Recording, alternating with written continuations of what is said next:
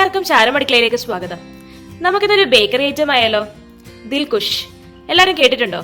അതൊരു sweet bun ആണ്. അതിനകത്ത് കോക്കനട്ട് ഫീലിംഗ് ഒക്കെ വെച്ചിട്ട് അടിപൊളി ടേസ്റ്റ് ആട്ടോ. അപ്പൊ നമുക്കിത് എങ്ങനെ ഉണ്ടാക്കുന്നതെന്ന് നോക്കാം. ദിൽകുഷിനായിട്ട് നമ്മൾ ആദ്യമായിട്ട് സ്വീറ്റ് ബൺ ആണ് തയ്യാറാക്കുന്നത്. അതിന് വേണ്ടിയിട്ട് ഞാൻ ആദ്യമായി എടുത്തു വെച്ചിരിക്കുന്നത് 2 കപ്പ് മൈദയാണ്. 2 കപ്പ് മൈദയ്ക്ക് 1 മുട്ടയാണ് ആവശ്യം. പിന്നെ ഞാൻ ഒരു 1/4 കപ്പ് പാലും 3 ടേബിൾ സ്പൂണോളം ബട്ടറും എടുത്തു വെച്ചിട്ടുണ്ട്. നിങ്ങൾക്ക് വേണമെങ്കിൽ ഓയിൽ വേണമെങ്കിലും ഉപയോഗിക്കാം കേട്ടോ. Sunflower oil, rice bran oil എന്ത് വേണമെങ്കിലും ഉപയോഗിക്കാം. പിന്നെ നമുക്ക് ഇത് പുളിപ്പിക്കുന്നതിന് ആവശ്യമായിട്ട് ഈസ്റ്റ് ആണ്. ഞാൻ 2 ടീസ്പൂണോളം ഈസ്റ്റ് ആണ് എടുത്ത് വെച്ചിരിക്കുന്നത്. ആക്റ്റീവ് ഈസ്റ്റ് ആണ്, നിങ്ങൾക്ക് ഡ്രൈ ഈസ്റ്റ് വേണമെങ്കിൽ ഉപയോഗിക്കാം. പിന്നെ പഞ്ചസാര 5 ടേബിൾ സ്പൂണോളം പഞ്ചസാര നമുക്ക് മൊത്തത്തിൽ ആവശ്യമുണ്ട്. അതുപോലെ ഇത് പുളിപ്പിക്കാനായിട്ട് ഇതിൽ നിന്ന് ഒരു 2 ടീസ്പൂൺ പഞ്ചസാര എടുക്കുന്നുണ്ട്. അതുപോലെ നമുക്ക് കുറച്ച് ചൂടുവെള്ളത്തിന്റെ ആവശ്യമുണ്ട്. ഞാൻ 4 ടേബിൾ സ്പൂണോളം ചൂടുവെള്ളം എടുത്തത്. പിന്നെ ആവശ്യത്തിന് ഉപ്പും. നമുക്ക് ആദ്യമായിട്ട് ഈസ്റ്റ് പുളിപ്പിക്കാൻ വെക്കണം. ഈസ്റ്റ് പുളിച്ചതിന് ശേഷമാണ് നമ്മൾ ഉണ്ടാക്കാൻ പോകുന്നത്. ആദ്യമായിട്ട് നമുക്ക് എടുത്തു വെച്ചത് ഈസ്റ്റ് ഇടാം. 2 ടീസ്പൂൺ ഈസ്റ്റ് ആണ്. ഇതിലേക്ക് നമുക്ക് 2 ടീസ്പൂൺ പഞ്ചസാരയും കൂടെ ചേർത്ത് കൊടുക്കണം. ബാക്കി പഞ്ചസാര നമ്മൾ കുഴയ്ക്കാൻ നേരത്താണ് ചേർക്കാൻ പോണത്. അതുപോലെ ചെറു ചൂടുവെള്ളം. ചൂട് ഒത്തിരി ആയി പോകാൻ പാടില്ല. ഒത്തിരി ചൂടായിട്ടുണ്ടെങ്കിൽ പിന്നെ നമ്മുടെ ഈസ്റ്റ് പുളിക്കത്തില്ല. ചെറു ചൂടുവെള്ളം ഒഴിക്കാൻ പ്രത്യേകം ശ്രദ്ധിക്കണം. ഇനി നന്നായിട്ട് ഇത് മിക്സ് ചെയ്തിട്ട് നമുക്കൊരു 5-10 മിനിറ്റോളം ഇത് പുളിക്കാൻ വെക്കാം. ഇത് പുളിച്ച ശേഷം മാത്രമാണ് നമ്മുടെ മാവ് കുഴച്ചെടുക്കാൻ പോകുന്നത്.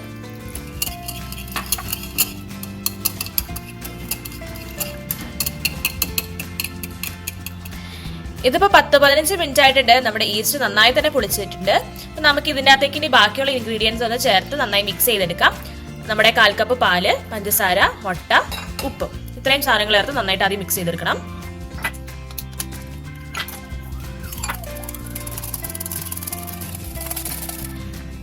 നമ്മുടെ മിക്സ് ഇപ്പൊ റെഡി ആയിട്ടുണ്ട്. നമുക്കിനി കുറച്ചായിട്ട് മൈദ ചേർത്ത് കുഴച്ചെടുക്കാം. ഒത്തിരി വെള്ളം കൂടി പോകരുത്. അതുപോലെ തന്നെ ചപ്പാത്തിന്റെ രീതിയിലാണ് നമ്മൾ കുഴച്ചെടുക്കുന്നത്. പക്ഷെ ചപ്പാത്തിനേക്കാളും കുറച്ചും കൂടി നല്ല സോഫ്റ്റ് ആയിരിക്കണം നമ്മുടെ മാവ്. നമ്മുടെ മാവ് എത്രത്തോളം സോഫ്റ്റ് ആണ് അത്രത്തോളം നമ്മുടെ ബണ്ണ് സോഫ്റ്റ് ആയി കിട്ടും. പിന്നെ നന്നായിട്ട് നമുക്ക് കുറച്ചായിട്ട് പൊടി ചേർത്ത് കുഴച്ചെടുക്കാം കേട്ടോ. ഞാനിപ്പോൾ നമ്മുടെ പൊടി മുഴുവൻ ചേർത്തിട്ടുണ്ട്. ഇതിലേക്ക് നമുക്ക് ആവശ്യത്തിനുള്ള ബട്ടറും കൂടെ ചേർത്ത് കൊടുക്കാം. അതുപോലെ ഇത് കുഴയ്ക്കാൻ വേണ്ടിയിട്ട് നമുക്ക് കുറച്ചും കൂടി വെള്ളം ആവശ്യം വരും. ആ വെള്ളം ചേർക്കുന്ന സമയത്ത് ചെറിയ ചൂടുവെള്ളം തന്നെ ഒഴിച്ചു കൊടുക്കാൻ ശ്രദ്ധിക്കണം. ചൂടുവെള്ളം ചേർത്ത് നന്നായി കുഴച്ചു കൊടുക്കാം. വെള്ളം കൂടി പോവാതെ പ്രത്യേകം ശ്രദ്ധിക്കണം കേട്ടോ. പിന്നെ നന്നായി ഇത് കുഴച്ചെടുക്കാം നമുക്ക്.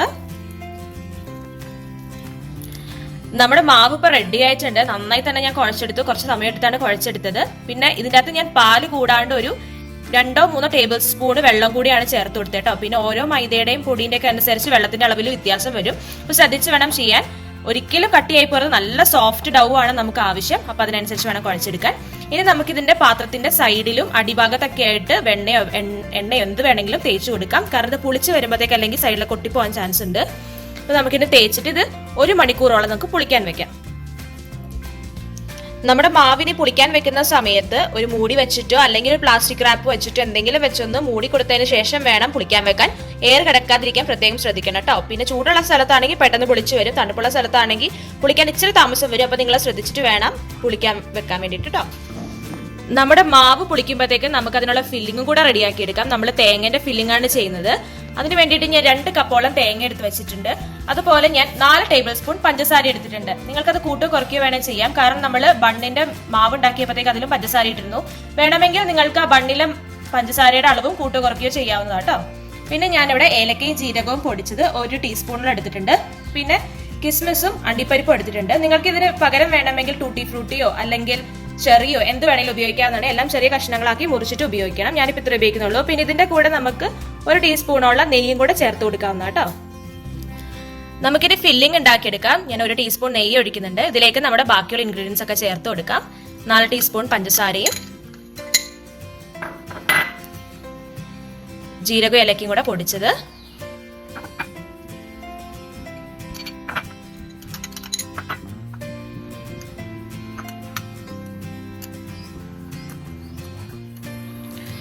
സാധാരണ നമ്മൾ ഇത് ഓവനിലാണ് ഉണ്ടാക്കിയെടുക്കാറ്. ഇതിപ്പോ ഓവൻ അല്ലാണ്ട് എങ്ങനെ ഉണ്ടാക്കിയെടുക്കാം എന്നാണ് ഞാൻ കാണിക്കുന്നത്. അപ്പൊ ഞാനൊരു വലിയ പാത്രം വെച്ചിട്ടുണ്ട്. അതിന്റെ ഉള്ളിൽ ഒരു തട്ടും കൂടി വെച്ചു കൊടുത്തിട്ടുണ്ട്.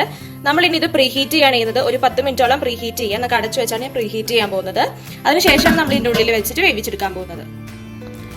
നമ്മുടെ മാവ് ഇപ്പൊ നന്നായി തന്നെ പൊളിച്ച് വന്നിട്ടുണ്ട്. ഏകദേശം 1 മണിക്കൂറായി. ഇനിയിപ്പോ നമുക്ക് ഇതൊന്നും കൂടെ നന്നായിട്ട് കുഴച്ചെടുക്കേണ്ട ആവശ്യമുണ്ട്.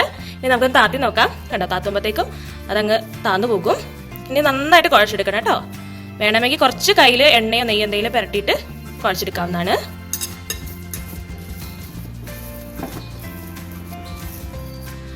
നമ്മുടെ മാവ് ഇപ്പൊ നന്നായിട്ട് ഒന്നുകൂടെ പരത്തി വെച്ചിട്ടുണ്ട്. നല്ല സോഫ്റ്റ് മാവാട്ടോ. നിങ്ങൾ ഒരു കാരണവശാലും കട്ടി കൂടി പോകരുത്. നല്ല സോഫ്റ്റ് ആയിരിക്കണം മാവ്, എന്നാലേ നമ്മുടെ ബണ്ണ് അടിപൊളിയായിട്ട് വരുള്ളൂ.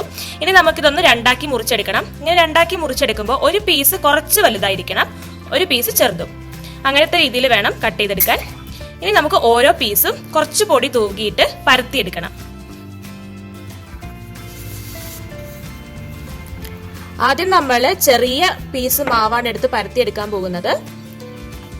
ഇത് കുറച്ച് നന്നായിട്ട് പരത്തിയെടുക്കാം. നമ്മൾ എടുക്കുന്ന പാത്രത്തിന്റെ വലുപ്പത്തിൽ വേണം പരത്തിയെടുക്കാൻ വേണ്ടിയിട്ട്. നമ്മുടെ ബേസ് ആണ് ഈ ചെറിയ ഉരുള എന്ന് പറയുന്നത്.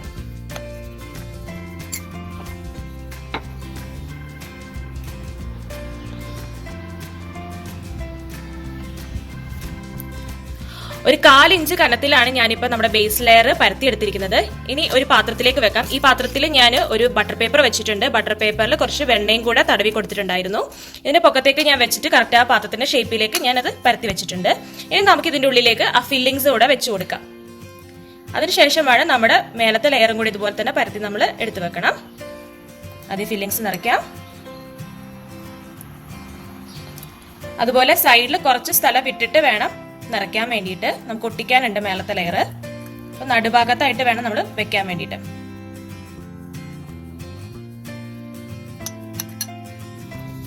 നമ്മൾ ആദ്യത്തത് പരത്തിയ പോലെ തന്നെ നമ്മുടെ മേലത്തെ പീസ് മാവും നമുക്ക് ഇതുപോലെ തന്നെ പരത്തിയെടുക്കാം. 1/4 ഇഞ്ച് കനത്തിലാണ് പരത്തിയെടുക്കേണ്ടത്.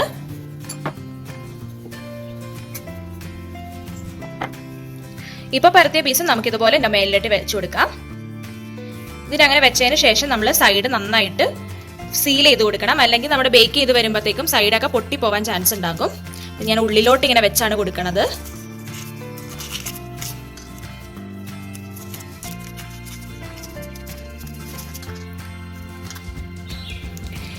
ഇനി ഇതിന്റെ മുകളിലായിട്ട് നമുക്ക് കുറച്ച് മുട്ടയുടെ മിക്സ് തേച്ച് കൊടുക്കണം. നമ്മൾ കുറച്ച് ബ്രൗൺ കളർ ആവാൻ വേണ്ടിയിട്ടാണ് നമ്മൾ മുട്ട തേച്ച് കൊടുക്കുന്നത്. ഞാൻ ഒരു മുട്ട എടുത്ത് അടിച്ചിട്ടാണ് തേക്കുന്നത്. ഇനി നിങ്ങൾ മുട്ട ഉപയോഗിക്കാത്തവരാണെങ്കിൽ ഇതിന് പകരം കുറച്ച് പാല് തേച്ച് കൊടുത്താൽ മതി. അപ്പൊ ആദ്യം ഞാൻ ഇതുപോലെ മുട്ട ഉപയോഗിച്ചിട്ടുണ്ടായിരുന്നു. അങ്ങനെ മുട്ട ഉപയോഗിക്കാത്തവരാണെങ്കിൽ മുട്ട ഒഴിവാക്കിയാൽ മതി കേട്ടോ.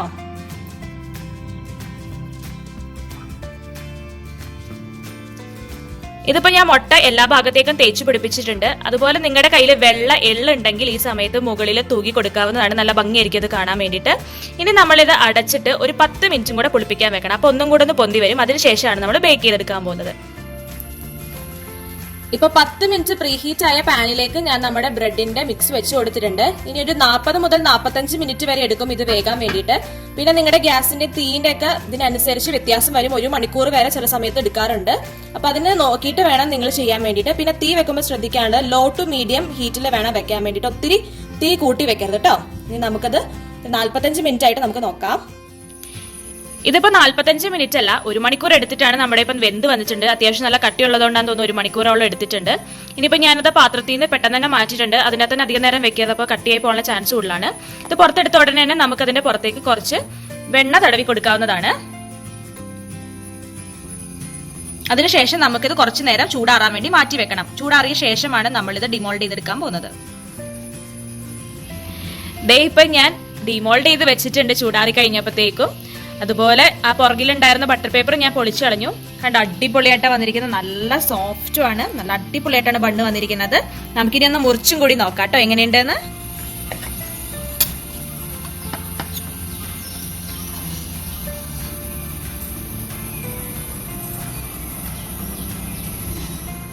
അങ്ങനെ നമ്മുടെ കിടിലനായിട്ടുള്ള ദിൽകുഷ് റെഡി ആയിട്ടുണ്ട്.